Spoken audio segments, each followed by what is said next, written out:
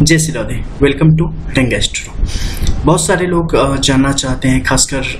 गुप्त धन के संबंध में, कि क्या हमें कहीं से गुप्त धन मिल सकता है, क्या लॉटरी के द्वारा हमें पैसा प्राप्त हो सकता है, क्या किसी रिश्तेदार के द्वारा अपनी सारी संपत्ति हमारे नाम की जा सकती है, या मान लो कई जगह आप इंडिया में देखेंगे कि ऐसा प्रचलन है कि अगर पुत्र संतान नहीं हुई तो बाकी जो भी धन होता है वो पुत्रों को या उनके जो वंशज होते हैं, या कई बार देखा जाता है कि किसी लड़के की जहाँ शादी हुई, अगर वहाँ पे अगर उनका कोई भाई नहीं है उनकी वाइफ का, तो ऐसी स्थिति में धन की एक उम्मीद बहुत सारे लोग रखते हैं। तो क्या ऐसा कुछ आपके जीवन में आने वाला है, कहीं से अचानक बिना मेहनत किए हुए धन की प्राप्ति? तो इसके संबंध में भी हथेली की रेखाएं बहुत कुछ कहती है। हालांकि इसके संबंध में निश्चित तौर पे दोनों हथेली की, आपकी पर्सनल हथेली की गहरी विवेचना आवश्यक होती है, लेकिन मोटे तौर पे जो कुछ रेखाएं उस और इशारा करती है या इंगित करती है, उसके संबंध में अभी हम जानेंगे। इसके अलावा और भी कई चीजों के संबंध में देखो, आपके जीवन रेखा जो कि आपके हथेली के शुक्र के इस निचले क्षेत्र तक चलती चली जाती है, इसी के इस मध्य में दो पर्वत क्षेत्र आते हैं। एक ये मध्य का आपका जो है मंगल का क्षेत्र आता है इस बीच का, और नीचे जो है वीनस यानी कि शुक्र का क्षेत्र आता है। अगर किसी भी व्यक्ति के हथेली में आपके मंगल के इस क्षेत्र में, अगर मान लो यहाँ से कोई भाग्य रेखा ऊपर की तरफ जा रही हो, ठीक है, चाहे वो शनि के क्षेत्र में जा रही हो, सूर्य के क्षेत्र में जा रही हो, बुध की तरफ जा रही हो, अगर यहाँ से कोई रेखा निकले, आपस में इन दोनों का संबंध बनाए, ठीक है, और ये रेखा बाहर की तरफ मंगल के इस क्षेत्र में चलती चली जाए, या मंगल के इस क्षेत्र से कोई रेखा निकले और आपके जीवन रेखा को छूते हुए आपके भाग्य रेखा के समीप चलती चली जाए या उसे छू लेवे, और इसमें कहीं से भी ये रेखा खंडित ना हो, यानी कि टूटी हुई ना हो, कहीं पर भी यहाँ पर जो है और क्रॉस का साइन ना हो, कहीं पर भी ये यव रेखा के रूप में, यानी कि बीच में टू पार्ट में डिवाइड होकर फिर से आपस में जुड़ ना गई हो, तो ऐसी स्थिति में क्या होगा, अगर ये बिल्कुल त्रुटि विहीन स्थिति में यहाँ पर अगर मंगल की रेखाएं होंगी, तो ये आपके लिए गुप्त धन के योगों को बढ़ाती है, लॉटरी के द्वारा काफी पैसा आने के योगों को बढ़ाने का काम करती है, रिश्तेदारों के द्वारा मिलने वाले धन की स्थिति को बयां करती है, या कहीं गड़े हुए धन की स्थिति को बयां करती है। हालांकि ये सब गड़े हुए धन वगैरह ये सब चीजें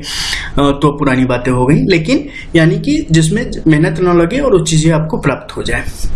ऐसे योगों की स्थिति को बढ़ाने का काम करती है। वहीं पर अगर शुक्र के इस क्षेत्र से रेखाएं ऊपर की तरफ अगर चलती चली जाए, यहाँ पे खड़ी खड़ी रेखाओं की स्थिति, या यहाँ पर एक वलय की स्थिति भी बन जाए, तो ऐसे में इस ये जो रेखा है उसे और भी शक्ति प्राप्त होती है, और आपके लिए इसकी संभावना और भी ज्यादा प्रबल हो जाती है। और कई मामलों में देखा जाता है कि निश्चित तौर पे इन्हें चाहे जितना भी प्राप्त हो, लेकिन इन्हें कहीं बाहर से निश्चित तौर पे धन की प्राप्ति होती है, जो ये डिजर्व नहीं करते थे, लेकिन इन्हें वो किसी तरीके से मिल गई, चाहे वो आपको लॉटरी से मिली हो या रिश्तेदारों से मिली हो। तो ऐसी स्थिति को बढ़ाती है। इसके साथ अगर आपके शनि के इस क्षेत्र तरफ भाग्य रेखा बिल्कुल बढ़ती चली जाती है, और नीचे जहां ये निकली है केतु के क्षेत्र से, वहां पर एक त्रिभुज के जैसी स्थिति बन रही है, ऐसी स्थिति में भी आपको जो आपकी क्षमता है उससे बढ़ के आपके लिए धन के योगों को ये बढ़ा देने का काम करती है। अब यहाँ पर मंगल के क्षेत्र में कुछ चीजों पर ध्यान देने की आवश्यकता है। वो क्या है, तो मंगल पर जब यहाँ पर जब भी आप रेखाओं को देखेंगे तो एक चीज ध्यान देना है कि जो भी रेखाएं हो वो बिल्कुल सुस्पष्ट रूप से आगे की तरफ बढ़ रही हो, रेखाएं टूट टूट के या एक दूसरे रेखा का सहारा लेके यहाँ तक न पहुंची हो, इसे ध्यान रखना। रेखाएं बहुत ज्यादा महीन न हो, यानी कि बिल्कुल स्पष्ट तौर पर नंगी आंखों से आप उसे देख पाए, ऐसी अस्थायी मोटी रेखा की स्थिति जब होगी तो इसके प्रबल योगों को बढ़ाएगी। इसके साथ अगर यहाँ पर एक से ज्यादा रेखाओं की स्थिति बने और वो आपके लिए त्रिभुज की स्थिति को दिखाती है, ऐसे योग में भी आप अपने बल पौरुष के द्वारा, अपने पुरुषार्थ के द्वारा ऐसे योगों को बनाएंगे और धन की स्थिति को अपने जीवन में काफी बेहतर करते हुए आगे की तरफ इसे बढ़ाते हुए लेते चले जाएंगे। इसके अलावा भी कुछ योग यहाँ पर बनते हैं, उसके संबंध में अब हम जानते हैं, जिसके द्वारा भी आप दूसरे के धन को प्राप्त कर लेते हैं। जब भी आपकी भाग्य रेखा या आपके हृदय रेखा से निकल के कोई रेखा सीधे गुरु के क्षेत्र तक चलती चली जाती है, तो ऐसी स्थिति में भी मान लो ये भाग्य रेखा है ना, ये चली गई या यहाँ से उठ के कोई रेखा इधर की तरफ चली गई और इसका झुकाव नीचे की तरफ हो गया या ऊपर की तरफ हो गया। तो जब भी ऐसे योग बनेंगे, ऐसे में भी लोग विभिन्न प्रकार के भ्रष्टाचार के द्वारा, विभिन्न प्रकार के गलत कार्यों के द्वारा अपने जीवन में काफी काले धन को बरामद कर पाने में कामयाब होते हैं, काले धन को बनाने में कामयाब होते हैं। और भ्रष्टाचार के द्वारा और विभिन्न प्रकार के रिश्वत के द्वारा ये अपने आप को आर्थिक तौर पे बड़ा समृद्ध कर लेते हैं और विभिन्न प्रकार की संपत्ति बना पाने में सक्षम होते चले जाते हैं। लेकिन एक चीज गौर करना जो कि कहीं मिलेगी नहीं, वो ये कि आपको जब भी वैसी स्थिति होगी ना, ये क्षेत्र बहुत ही विशाल होगा, यहाँ पे अत्यधिक विशाल होगा, इसका बिल्कुल भी झुकाव शनि की तरफ नहीं होगा, एक अलग ही अलहदा चमक की स्थिति यहाँ पर होगी। और निश्चित तौर पे ये जो ऊपर वाला जो इंडेक्स फिंगर है ना, तर्जनी उंगली, ये निश्चित तौर पे रिंग फिंगर यानी कि अनामिका से काफी मात्रा में छोटी होगी, काफी ज्यादा छोटी होगी। ऐसी स्थिति को बनाने का काम करेगी। साथ ही सूर्य की जो स्थिति है, यहाँ पर सीधी लकीर खड़ी होगी, चाहे वो छोटी होवे या बड़ी होवे, यहाँ पर क्रॉस का साइन बिल्कुल भी नहीं होगा और यहाँ एक अलग तरह की चमक, एक आभा दिखाई देगी। ऐसी स्थिति में जो प्रधान ग्रह की स्थिति है वो आपको ज्यादा से ज्यादा मामलों में आपके बुध के क्षेत्र में दिखाई देगी या सूर्य के क्षेत्र में दिखाई देगी। प्रधान ग्रह यानी कि इनर लाइंस जो होती है ना, उसके त्रिशंकु की स्थिति इस प्रकार की,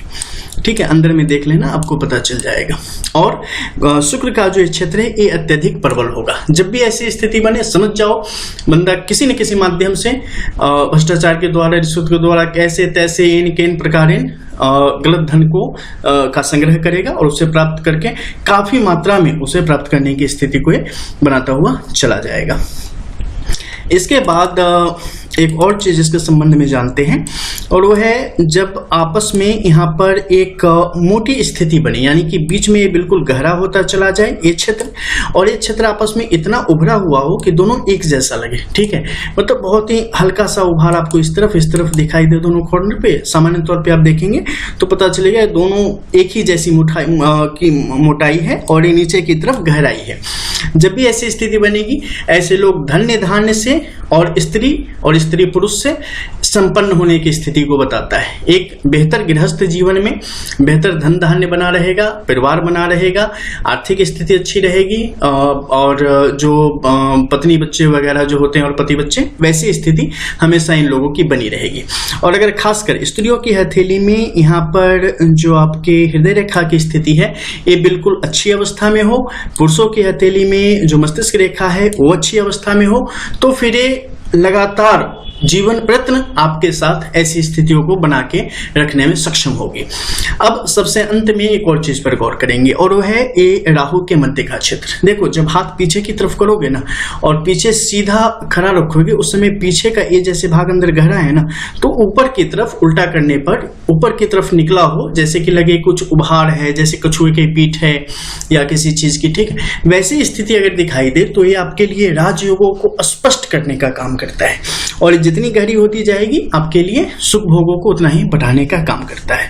अब यहाँ पर एक और चीज होती है, वो होता है तिल का निशान। बहुत सारे लोग देखेंगे इसके संबंध में जानना चाहते हैं कि तिल का क्या मतलब है, तिल से बहुत लाभ होता है। ऐसा कुछ भी नहीं है कि यहाँ पर तिल होने से हमेशा आपको लाभ होगा ही, क्योंकि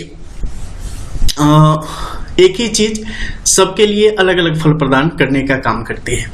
कोई एक किसी चीज को शुरू करता है तो उसमें बहुत ज्यादा कमा लेता है, आप भी उस चीज को शुरू करेंगे, आप जीवन में उतना नहीं कमाएंगे। सबके पास एक जैसी खोपड़ी है, भगवान ने दिमाग दिया है, लेकिन कोई चला के कहाँ पहुंच गया और कोई आज तक चला ही नहीं पाया। तो आप उसका इस्तेमाल कैसे करते हैं या कितना कर सकते हैं, इस पर निर्भर करता है। तो यहाँ पर क्या है कि ये जो काला तिल है ना, अगर ये पूर्ण तौर पे जागृत अवस्था में है, बिल्कुल सही पोजीशन में है, उसके लिए जो बाकी रेखाओं और पर्वत क्षेत्रों की स्थिति होनी चाहिए वो बिल्कुल सही स्थिति में है, तो ये आपके लिए धन्य धान्य को, आपके पुरुषार्थ को, आपके बल को और आपको विजय श्री दिलाने का काम भी स्पष्ट तौर पे बढ़ाने का और क्रमशः दिलाने का काम करता चला जाता है। अब क्या है कि मस्तिष्क रेखा इसमें बड़ा काम करती है। बड़ा काम कैसे? जब भी मस्तिष्क रेखा के नीचे तिल की स्थिति बनती है, ये आपके जीवन में संघर्षों को भी बहुत ज्यादा बढ़ा देती है। धन मिलता है लेकिन बस यही समझ लो कि 90% घसा तो 100% मिला, और यही अगर ऊपर में रहेगा ना तो मतलब काम ये भी करेंगे, वर्क ये भी करेंगे, ये भी करेंगे, लेकिन इनका वर्क स्मार्ट होगा। ये 5% करेंगे तो इन्हें 500% मिलेगा। और ये 95% करेंगे तो इन्हें 100% मिलेगा। हालांकि ये भी मेहनत से कभी पीछे नहीं रहते, ये बहुत करते हैं और उसी अनुपात में बहुत ज़्यादा पाते हैं। और ठीक नीचे जब रहेगा तो ये कई बार क्या करेगा कि आपके मन में एक हीन भावना को बढ़ा देगा, विभिन्न कामों में आपके लिए कुछ न कुछ परेशानियों को इकट्ठा करता रहेगा, कभी हेल्थ वाइज आपके लिए परेशानियां खड़ी कर देगा, कभी जीवन में अन्य जो पहलू हैं उन सब चीज़ों में आपके लिए मुश्किलों को खड़ी कर देगा। तो बरोबर आपके साथ जो है ना कुछ समस्याएं यहाँ पर बराबर आती ही रहेगी। और वही ऊपर के क्षेत्र में होने पर आप चीजों को सकारात्मक तरीके से, अलग तरीके से लेंगे और हमेशा कुछ स्मार्ट तरीका खोजेंगे चीजों को आसानी से करने का। तो इस प्रकार से इसके अलग अलग फल आपके जीवन में देखने को मिलते हैं फिर कुछ और नई चीजों के साथ। तब तक के लिए जय जय श्री राधे। रियल एस्ट्रो, रंग एस्ट्रो।